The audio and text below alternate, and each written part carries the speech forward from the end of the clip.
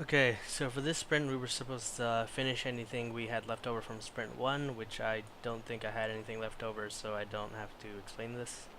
Um, we also had to implement factories for all relevant entities, bullets, mushrooms, etc. I have a recycling mushroom factory, which whenever you call create mushroom, it sends back a mushroom reference. So whenever the mushroom field calls this, it gets the actual mushroom and puts it into the 2D array. There is also a bullet factory seen here. It doesn't actually return an instance, all it does is just creates a bullet.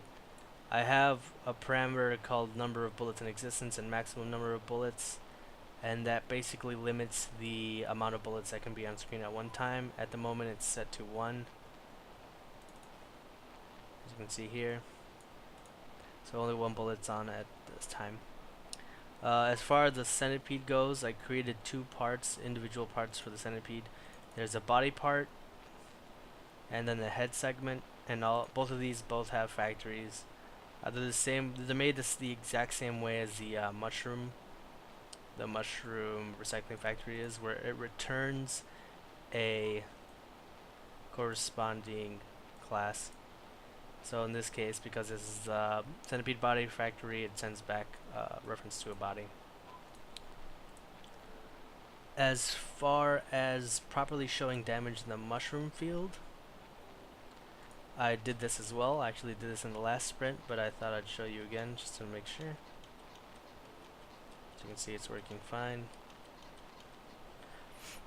Okay, and as far as the conversion between pixel coordinates and the grid cells, I also have this done. It is in the mushroom field. The way it does is it first checks if it's actually within the mushroom field. If not, then return 31. The reason it returns 31 is because when you're checking the grid itself to see if there's a mushroom in there, then if it's above 31, you return false. Yeah. If it's not within the actual mushroom field. Also, if the place you're checking is equal to null, then return false. Return true. The reason I checked it if it's outside of the grid is because if you check for something that's not in the grid, you're not 100% sure what's going to happen because that's out of bounds for the array.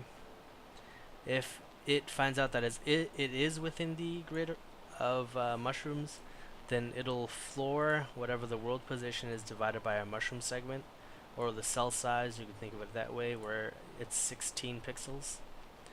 This will give you the x coordinate and the y coordinate in integer form, so that'll return the coordinates as a vector 2i. As far as the access to a specific mushroom, I also included this, where you get a vector 2i grid coordinates and you send those in as a parameter.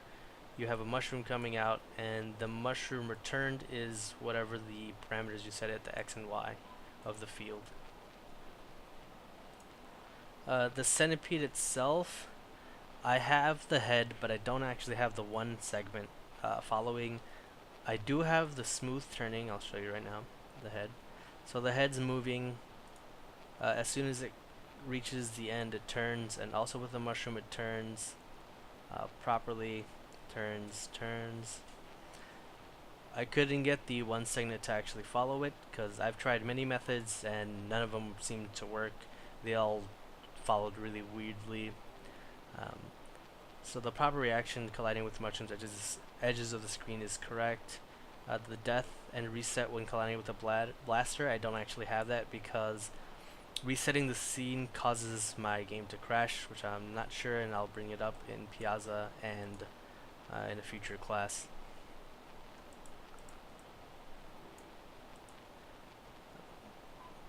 The centipede itself moves depending on a variable is turning. Basically, it says if it's turning, then do the preset animation or pre-computed coordinate offsets and move according to that instead of moving horizontally. So if it is turning, then what it does is it gets the stack of offsets, which I have a bit here, just so that I can make it as smooth as possible, but it can change later on if I want a faster turn.